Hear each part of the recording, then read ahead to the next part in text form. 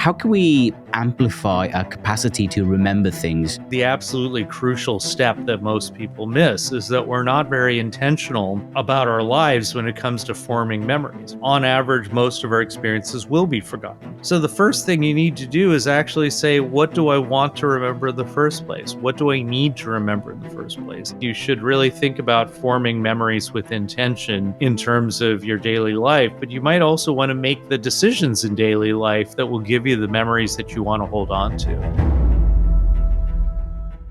One of my favorite movies in recent years was Inside Out. And I really loved how they communicated the concept of memory specifically in that, and the brain and the different emotions. And one thing I found really interesting was specifically how they portray memories as these glass orbs, some sort of entity contained within this crystal, and retrieving a memory almost seems like a vending machine. You think about something, you press a number, and that specific memory drops down a cascade of tunnels, and then that's the memory. How close to the model of actual memory retrieval and formation of memory is portrayed by the movie Inside Out? Well, I should say it's on my list of movies I'm supposed to see, but I haven't seen in terms of a lot of people really tell me it's like a great intro to psychology movie.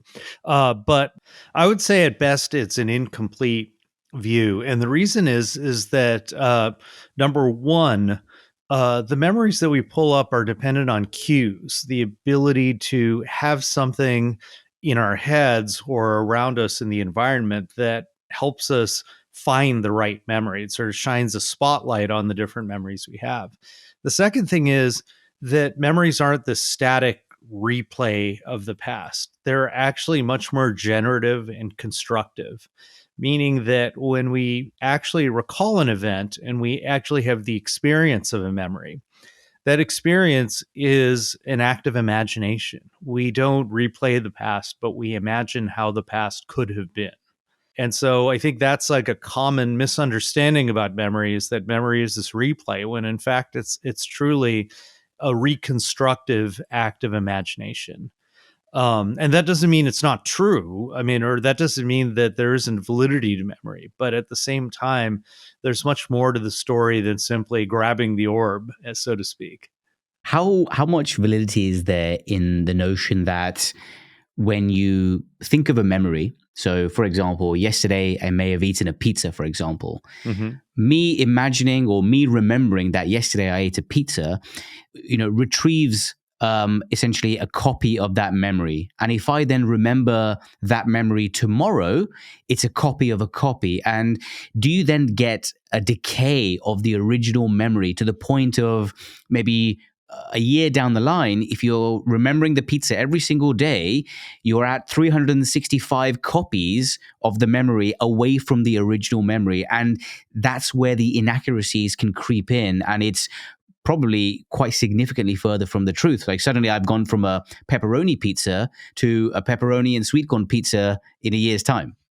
Yeah, I think that's a very good description, actually. I like the pizza analogy. So, what happens is the first time we retrieve a memory, we'll often pull up a lot of context, the feeling of where we were and how we were feeling and when it happened. Basically, the whole act of what's called mental time travel, where your brain sort of reboots into the state that it was in at the time that it happened.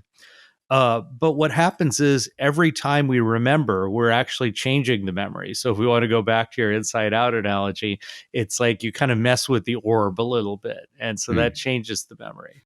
And so, as you said, and as I say in the book, if you have a memory that you call back over and over and over, it becomes like a copy of a copy of a copy. And so what happens is the most salient or significant to you parts of the memory pop out more and more. And your story tends to become more stereotyped, and it tends to fall more towards particular beliefs that you have and knowledge that you have, and less about the details of what actually happened. Now, does that mean that it's not accurate? Often the things that we do pull up and the things that we do think about when we have these memories that we call upon over and over again are accurate. but at the same time, we can lose a lot of detail and we can distort a lot of information. And so that's why I say that memories aren't photographic, they're much more like a painting. And so with a painting, they reflect some realistic details of the subject. They reflect some, distortions of the subject, and then they reflect something that's just unique about the perspective of the observer. And so every time we revisit those paintings, we actually repaint them and change them a little bit more and imbue a little bit more of our perspective. But this isn't set in stone. I mean, you can change your perspective over time. And so, you have a relationship that goes bad and, implodes or something like that. And initially you're remembering all these terrible things. And then later on, you're in a new, much better relationship. And you could look back on that old one much more positively and see all the parts of the relationship that you weren't seeing when you were in this negative state. You get this common stereotype or this sort of example that when someone has a near-death experience or is actually facing the end of their life, they get this flashback of memories, a replay of their life. And I guess some people think this is some, fanciful type of event. But, I came across a study a couple of years back where I think accidentally they looked at memory retrieval at the end of life. There was a man being investigated for seizures, and scientists were using an EEG, to record the brain activity. And this man suffered a heart attack and then a cardiac arrest while the EEG was still on him. And so they recorded the brainwave activity after cardiac arrest. And they suggested in this study that they published, I think it was in the Frontiers of Neuroscience, essentially the brainwave activity that this man had recorded was equivalent or similar to the brainwave patterns you'd see during the kind of dream state and memory recollection, essentially suggesting that this idea that the life flashes in front of your eyes when you're dying could have some credence. Well, I think that it could have some credence in the sense that people could certainly retrieve memories right before they die, right? And so, for instance, in this case you described, this person had epilepsy, and in general, during seizures, right at the beginning of a seizure, in fact, people will often report an intense memory retrieval experience. They call it the aura. Right before the seizure. And so sometimes people will have either a sense of deja vu of having been there before, or an actual memory that's retrieved during that time. And it's because you're sending electrical activity through the temporal lobes, and that can activate a memory, right? So when people come, typically you get these reports of memory, though, after people come out of the near-death experience. And so sometimes what can happen is you start to imagine what could have been going on, right before the lights went out. And sometimes people can imagine things that are based on these stories. So it's very hard to tell exactly what happens. You mentioned a dreamlike state, right? Well, we know dreams aren't the same as memories. They can incorporate elements of memories, but they can also incorporate this fantastical parts that don't reflect our experiences too. I mean, that whole thing about the dreaming, I mean, I think it's pretty much concluded that, practically everyone dreams. And the only reason, people say they don't dream is because likely they don't remember them upon waking, or they haven't built the habit that they can then recollect their dreams immediately. What is it about the process, if you can explain that a little bit more, about I can do something yesterday. For example, I can go to the gym and I can recollect me going to the gym.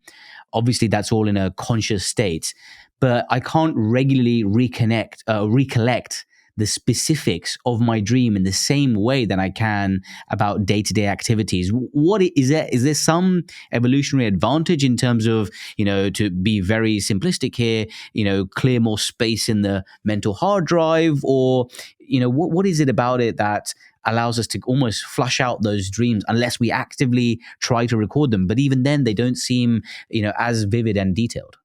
Yeah, I mean, obviously, we wouldn't want to confuse our dreams with our actual experiences, right? So it does make sense that we don't remember them, or at least we don't remember them in the same way, because when you're having a dream, it doesn't feel like subjectively speaking, it doesn't feel like it's not real. It's just that afterwards you can say it's not real because usually they're not realistic.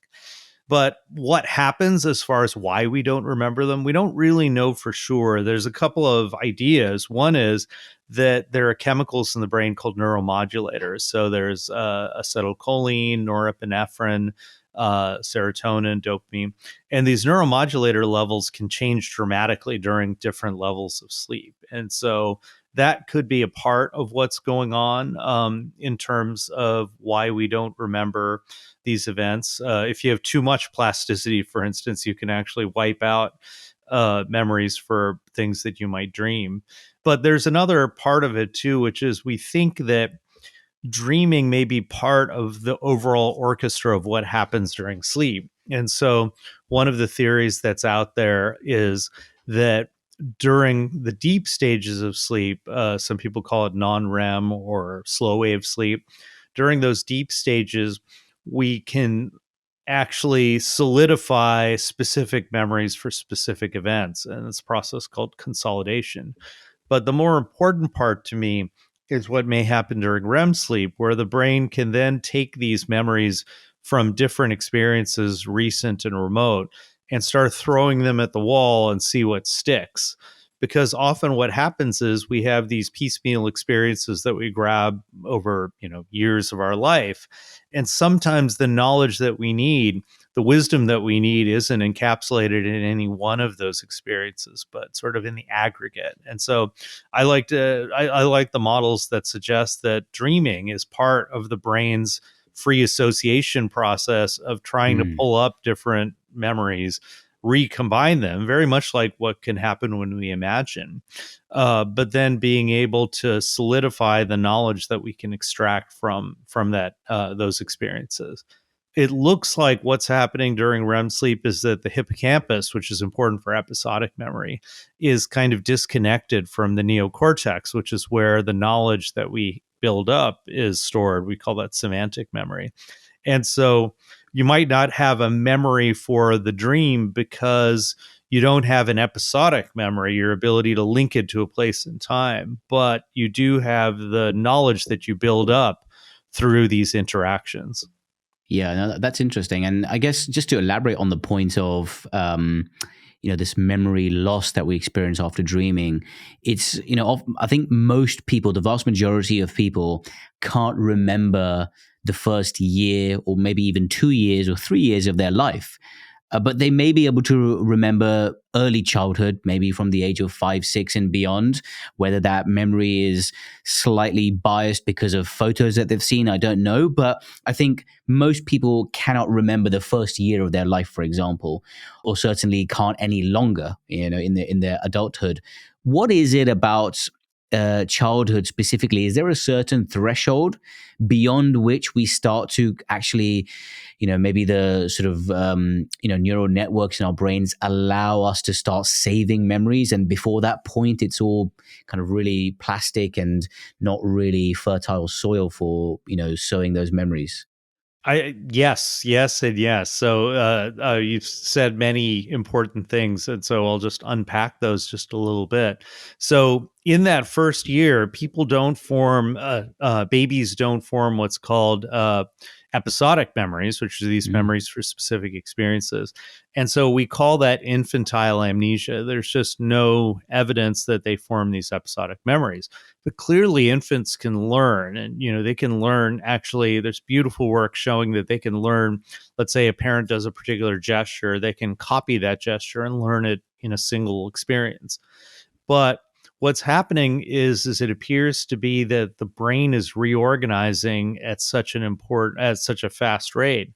And plus, the hippocampus itself is developing considerably during that time. And so those two factors mean if you wanted to go back to that first year, you'd have to somehow be able to undo years of rewiring in the brain to be able to do that, Okay. right?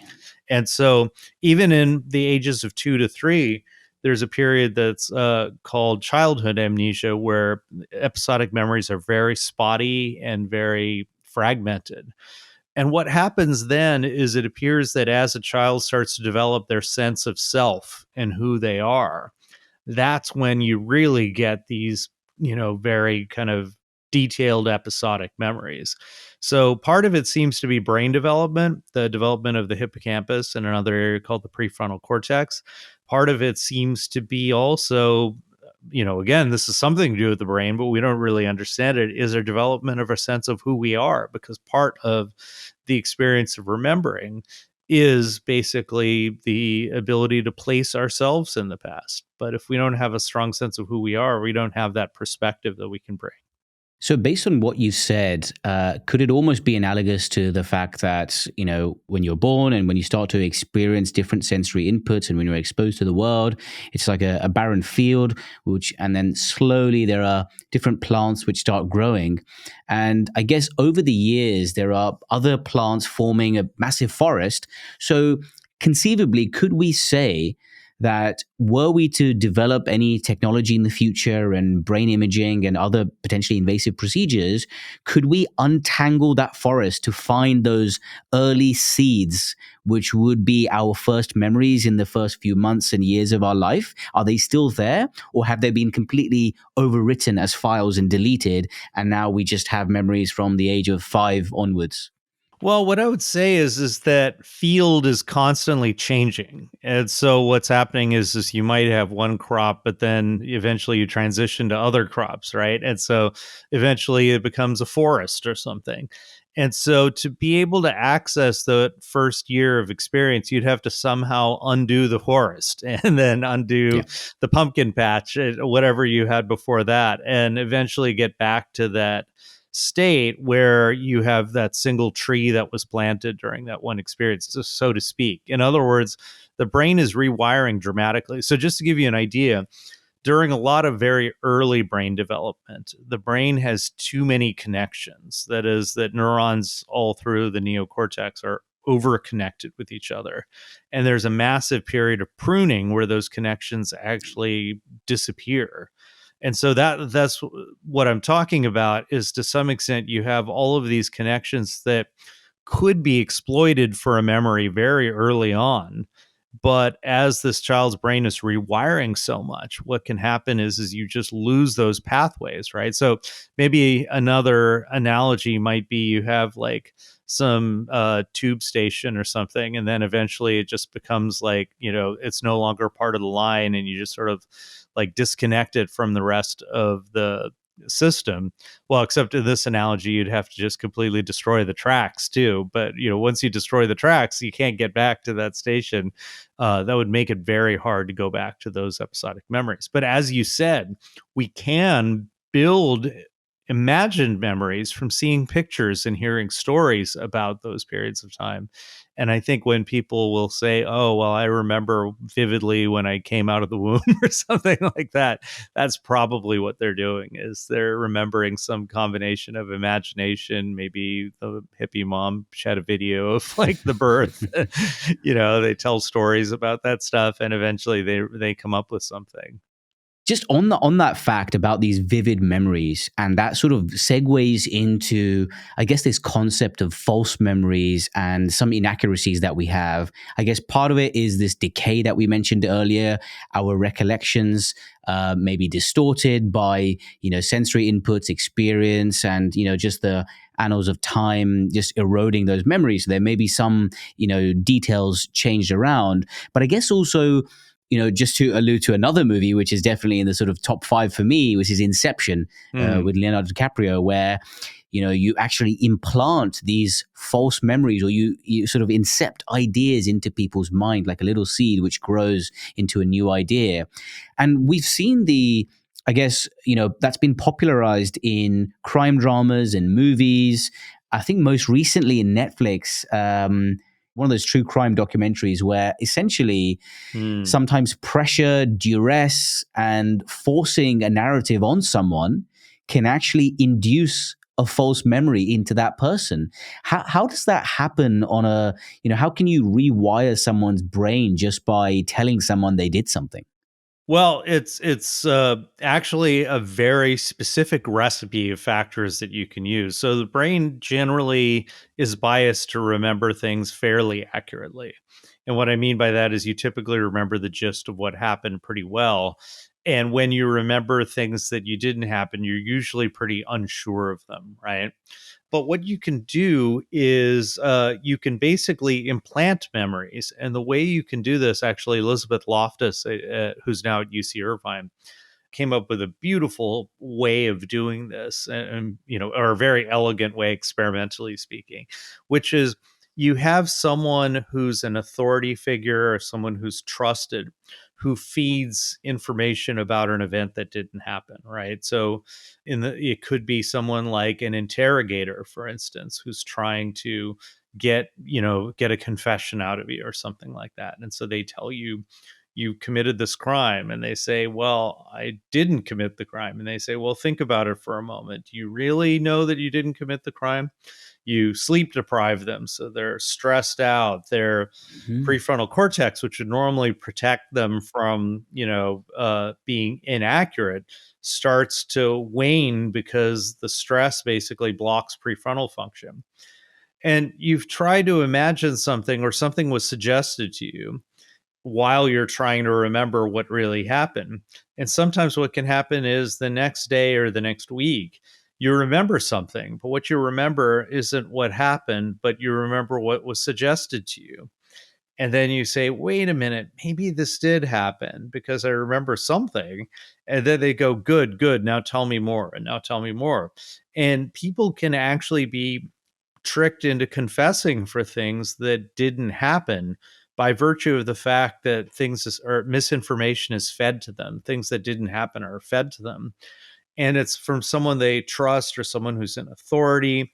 People are often in a state of vulnerability. Let's say it could be something like they're sleep deprived or being tortured, but it could also be just somebody who's being hypnotized or being given drugs to try to help them remember or something like that. Then you imagine something, then you remember some combination of the misinformation that was fed to you and what you imagined.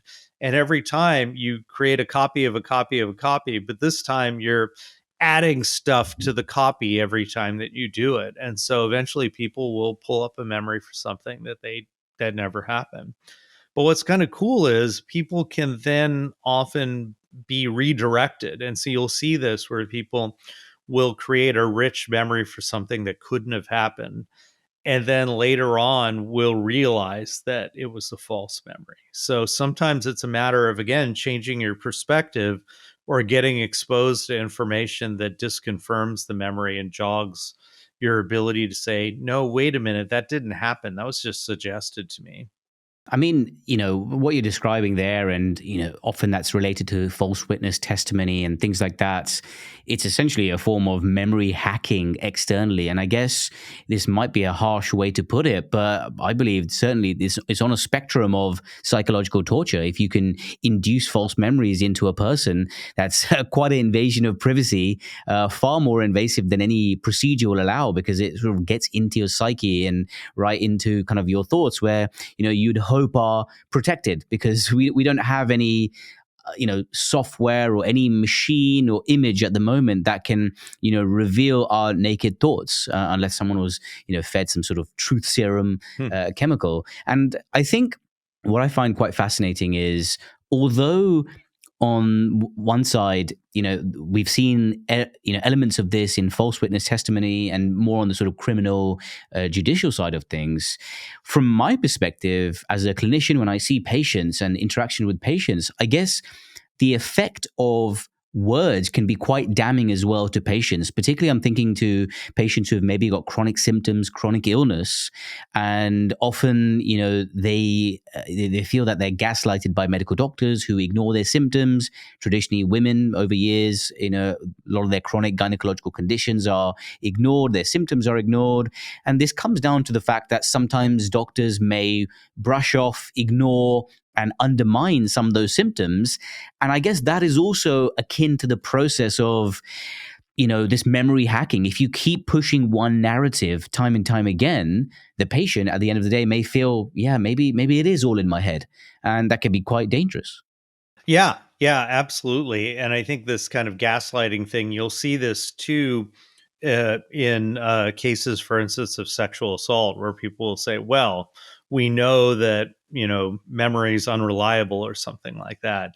And somebody says, okay, well, I've remembered ever since it happened that, this person who I knew very well abused me. They're probably pretty accurate. And so I think this is the flip side of what we've been talking about, right? And yes, you can actually have cases where people are being gaslighted and eventually they start to question their own memory. And there's actually other work that's kind of distantly related, but I think it does speak to what you're talking about, which is there's research on children and their memories. So we talked about this idea of having your sense of concept relates to your ability to form episodic memories. But the reverse is true too, that the episodic memories that you form are pretty crucial for building your sense of who you are. And so some of the research shows that mothers who really engage with their children about memory and collaborate with them on the story, those children turn out to be very, on average, mentally healthy and resilient. And ones where the parent basically denigrates their memory and dismisses it, those kids turn out to be later on more susceptible to mental illness. They do more poorly in school, and there's a whole host of negative outcomes that can come up from it. I guess what's interesting as well is you mentioned before that, memory is not a, singular concept, and there's so many different inputs which feed in other senses, etc. I guess from an emotional point of view, why is it that we tend to overwhelmingly bias our memory acquisition towards negative or embarrassing events, or memories associated with something that's not so great? For example, maybe you trip somewhere in public, or like a child urinated in his pants in public, and those sort of embarrassing, awkward ones are the ones which unfortunately tend to stick with us for years, rather than maybe those positive memories which actually could provide joy. Even though joy and fun and elation is also a very weighty positive thing, the negative always seems to overwhelm that.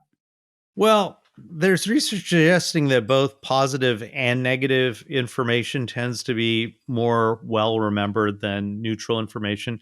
Often what happens is the information that you remember best is from memories that are very strongly associated with arousal. And so often, like, the things that arouse us will be things like embarrassment and fear and so forth. So that's where the negative memories have some advantage. And so what can happen is there are neuromodulators like noradrenaline that are released during states of intense arousal.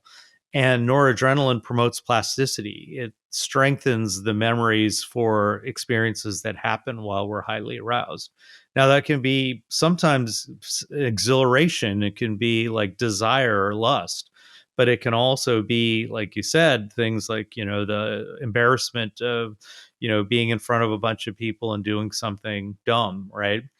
And when we remember those experiences, we actually get the physiology back. We get the visceral feeling of the event, meaning, like, your heart can race again and your eyes dilate. Maybe you feel like you're sweaty again.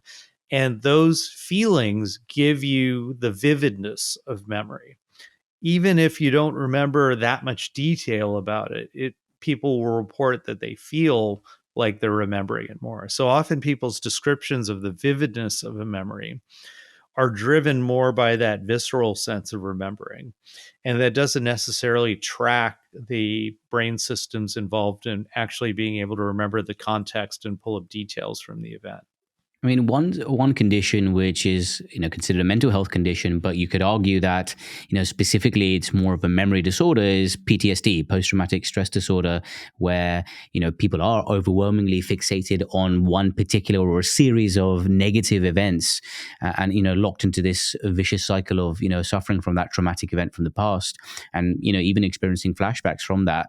Could you say that what we alluded to earlier, this memory hacking, where you can induce narratives and notions and false memories into someone could actually be beneficial in managing post-traumatic stress disorder, where you actually, in some way hack the memory to unclog that traumatic event and almost implant and incept an idea to, overwrite or somehow cover up that traumatic event they're fixated on? Or how else could we deal with PTSD?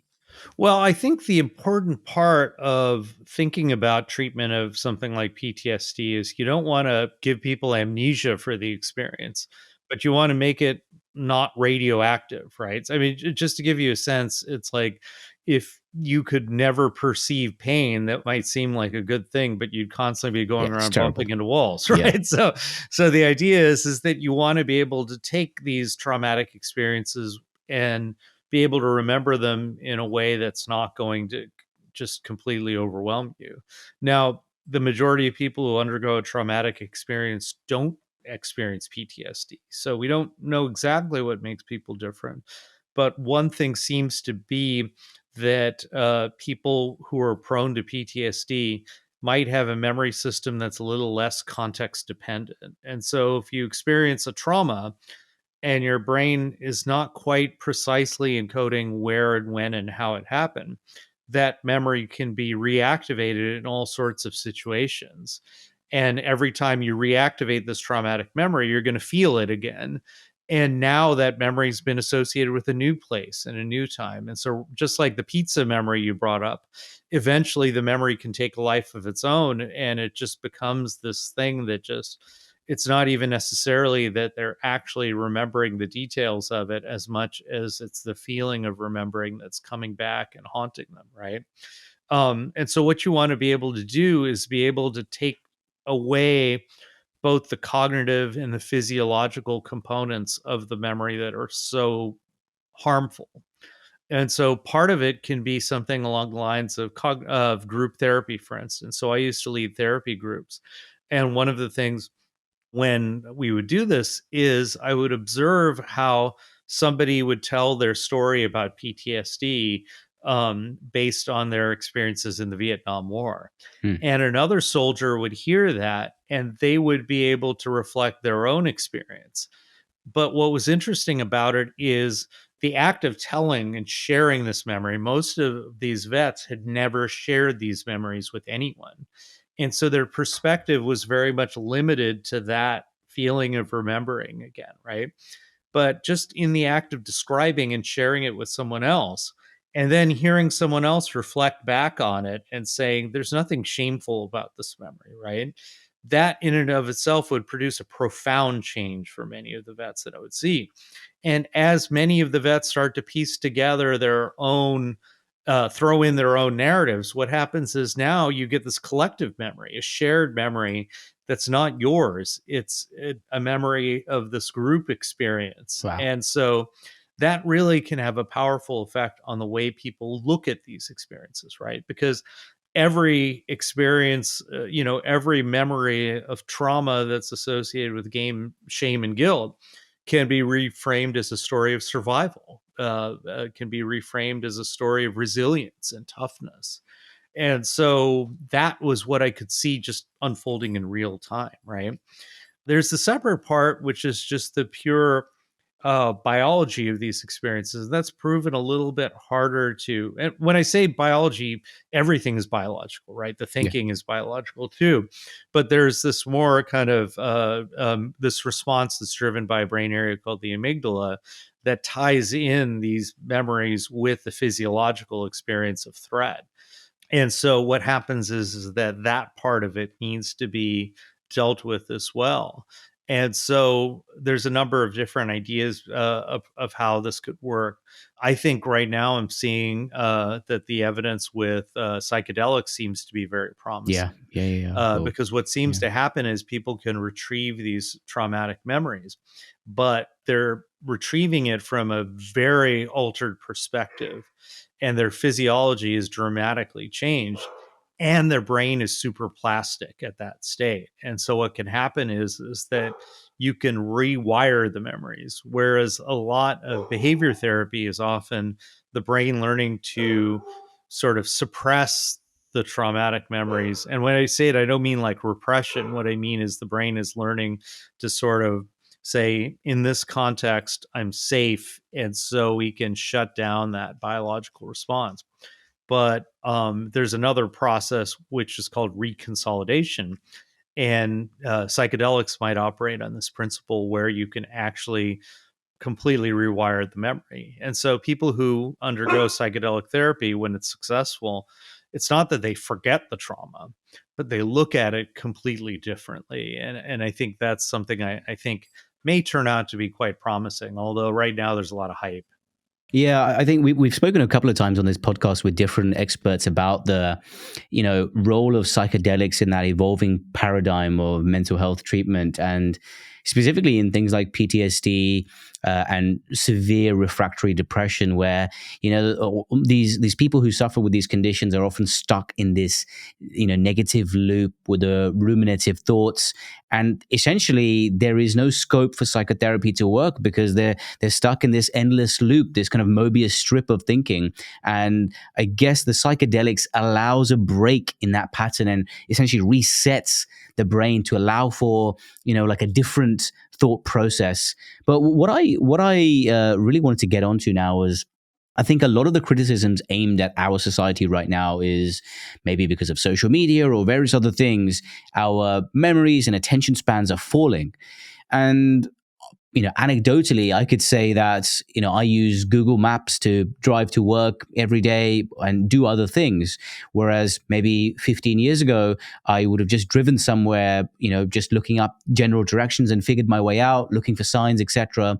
And there's a greater cognitive load what I used to use years ago. And now that cognitive load has lessened. Do you think because of we've outsourced our brains to all of these gadgets and apps that's had some sort of material impact on our memory?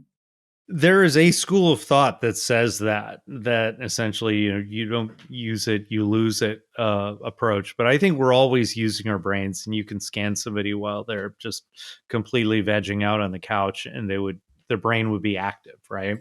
I think there's two parts of it. One is that many of the processes that you're talking about are skills. Navigating the world is a skill. And so if you're relying on GPS, you're going to lose that skill. And so those kinds of abilities that we have that are learned skills rely on practice. And so if we don't practice them, yeah, we will lose them. Is the brain melting down during this process? No. But we do develop very bad habits, and we develop, just as you can develop a skill that allows you to adaptively function in the world, you can develop very bad habits that actually make your functioning in the world much worse. So, for instance, many of us have alerts on our watches and alerts on our phones and alerts on our computers. And I'm constantly disabling them because these apps want to alert you because they want Yep. to steal your attention. And what happens is every time you get one of these alerts, your attention shifts, your brain mobilizes to deal with whatever the alert is. And now to come back to whatever it is that I was doing before, I have to use more mental control just to get caught up on what was happening. And I need to retrieve memories of what we were talking about before, right? And so I'm behind schedule. And some of our work suggests that every time we switch like this, also, we're forming a little memory for what was going on right before him. But if I'm constantly shifting back and forth, I'm forming all these little fragmented memories where I'm mentally behind in the first place. And so rather than having a cohesive, rich memory for this conversation, I'll have memories of little bits and pieces of what we talk about that are all so blurry and fragmented that they actually are very forgettable as a result. And so I think both our habits can often deprive us of both attention, but also memory. So given that, maybe society as a whole could, benefit from improving our collective memories, and also, with the knowledge that memory is influenced by sense of smell, vision, nostalgia, all of these various things, how can we use those other factors to amplify our capacity to remember things as a actionable in a sort of daily lives? Well, I think that the biggest thing that I tell people is I can give you a skill for remembering names. I can give you a skill for remembering where you parked your car and so on. And they're all different strategies that you can use. And in fact, there are other people who've written books that are far better than mine for those purposes. But the thing that I think people don't appreciate in the first place is that memory is so selective, and that on average, most of our experiences will be forgotten. So the first thing you need to do is actually say, what do I want to remember in the first place? What do I need to remember in the first place? How do I want to remember this experience later on? And that, I think, is the absolutely crucial step that most people miss, is that we're not very intentional about Mm. about our lives when it comes to forming memories, right? So it can be something very simple, like really saying to yourself, okay, I'm at a party and it's really important for me to remember the names of people that I meet. Therefore, I'm going to use this strategy to help me. And you can use strategies that link the person's name with the face and so forth. Most people just expect to get that memory for free, and they're highly overconfident of their ability to remember that name in the moment, even though later on they'll tell you they're terrible with names. So that's just an example of what I'm talking about. And you know, you can think more deeply about the stuff too, which is if you're asking yourself, what do I want to, you know, do I want to take a holiday this year, or do I want to just like do a staycation and stay around the house? Well, you could say, how do I want to remember the year later on? Do I want to have memories of these experiences of going to the beach, or do I want to have these memories of sitting at home and scrolling through Instagram, right? You know, and that doesn't mean necessarily that a staycation is bad, but I'm just saying that it's like it goes both ways. You should really think about forming memories with intention in terms of your daily life, but you might also want to make the decisions in daily life that will give you the memories that you want to hold on to. I think that really speaks to, you know, the aspect of how novelty can be quite fulfilling in our daily lives, but also that things we do with intention, say, you know, we go on a holiday or we meet some friends for a walk or doing something, almost forms this mental timestamp, which allows you to almost say, this happened at this point, this happened at this point.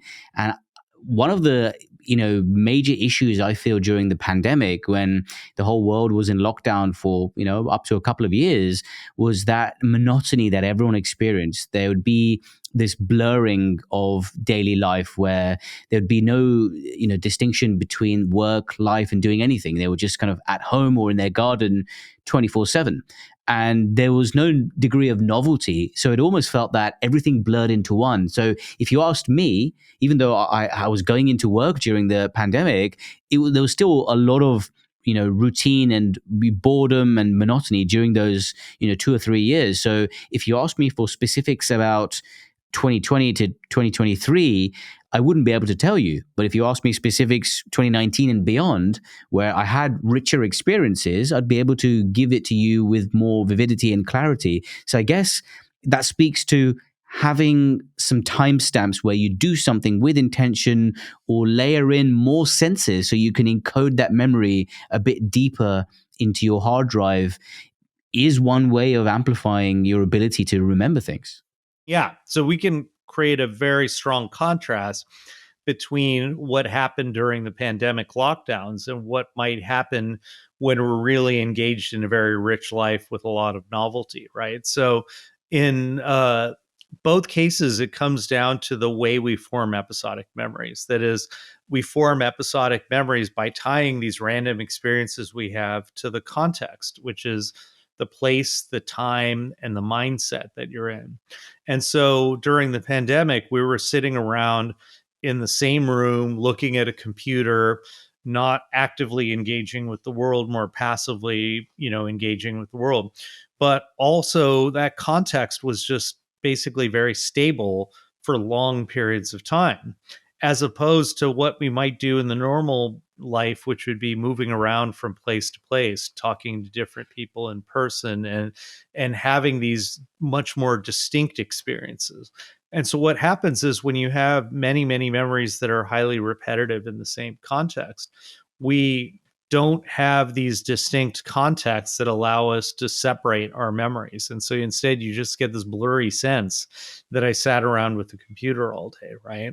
And likewise, as you're saying, if you give yourself exposure to novel situations and are constantly stimulating yourself with something new, you will have very rich, distinctive memories as a result. And part of it, too, is when we're exposed to novelty, there seems to be an increased activity in neuromodulatory systems like the dopamine system. And in fact, you don't even necessarily have to be doing something new per se, as long as you can cultivate curiosity about what's different in this moment. And we've done research where we simulate like a pub quiz, and what we find is that when people are just, even with a trivia question, if you're very curious about the answer to this question, will stimulate activity in the neural circuits that process dopamine. And Mm. that increase in activity just goes up almost like a straight line. The more curious you are, the more activity there is. And that seems to promote memory, not only for things that you were curious about, but it puts your brain in a more receptive state. The release of dopamine probably puts people in a more plastic state where you can learn all sorts of information better. And curiosity isn't something that's just driven by the outside world. It's driven by how you look at the outside world, right? So there's a lot of mindfulness practices, for instance, that really emphasize this idea of being curious, not based on experiencing something new, but seeing the new in what seems like the old. One thing which seems to have stumped psychologists and neuroscientists still is this concept of deja vu, this Mm. almost glitch in the matrix where, yeah, I guess every single person has likely experienced this at some point in their life, sometimes, in increasing frequency than others. And I always assumed that at least one of the, I subscribe to one of the, I guess, leading theories where something you see, instead of being deposited in the sort of short-term memory in the brain and the hippocampus, is accidentally moved as a glitch to the neocortex and is stored as long-term memory instead. Is that the leading theory for deja vu, or is there something else that we're missing potentially? Well, I think there's the story is partly right. So basically, we think that an episodic memory happens when there's this integrated memory between the hippocampus and the neocortex. So the neocortex is giving us the parts, and the hippocampus is linking it together so that you get the whole bit, the whole context. What seems to happen in deja vu is that you get this extreme sense of familiarity without that episodic memory. In fact, there's kind of a mismatch of episodic memory. So we all have a little bit of this when you see somebody and you're just like, I know I've met this person before, but I have Hmm. no idea where, right? So for instance, if you have somebody who's in your who works in your corner store and you happen to see them at a cafe or something like that, sitting and drinking a cup of a latte or something like that, you might have the sense of high familiarity because you've seen this person a zillion times. But because the context's different, you're not going to form an episodic memory for it. And so deja vu, people have experimentally simulated this by basically creating virtual reality places, for instance, that are, they have an identical layout, but they're very, very different visually, right? And so in the US and California in particular, we have a lot of housing tracts, for instance, where it's like we'll have multiple houses that have the exact same floor plan, but on the outside and the inside they look very different. And so when I would go into my neighbor's house, I would get a sense of deja vu because it felt like my house, but it wasn't. Now, in that case, I had the knowledge that it's not my house. But in many other cases, we don't have that sense of how to explain why we have that sense of familiarity. But people have mapped out even the neural circuits that there's an area in the brain called the perirhinal cortex that seems to play a big role in that intense sense of familiarity. And normally, it would interact with the hippocampus to give you this episodic memory, but sometimes that communication gets broken because the context just doesn't match up. There's something that often does the rounds on social media, and it's this realization that some people don't have an internal monologue. They essentially, don't have this inner voice or inner narrator and the ability to have a conversation with themselves in their head. Do you think this has an impact on the memories they're able to hold? We think so, but we just don't know for sure. This whole idea that there are people who are experiencing memory differently, we're still trying to figure out all the pieces there. So, for instance, after the book was written, I learned a little bit more about this phenomenon called aphantasia, Yeah. where people say that they can't experience visual images in their head. They can't see things in their head. They don't have a mind's eye. They can see the world just fine. And I found out later my daughter has aphantasia. Wow. Right? But I call it a phenomenon, not a disorder, because people with aphantasia function quite well in the world. Aphantasia seems to be associated with what's called severely deficient autobiographical memory in some cases. And that would be a case where, like, I would tell you about what I did yesterday, but it would be a very spotty memory and I wouldn't have hardly any detail. It would be almost something like I could have read from, someone else's calendar the day before. Right. So I don't have any of that experience of remembering.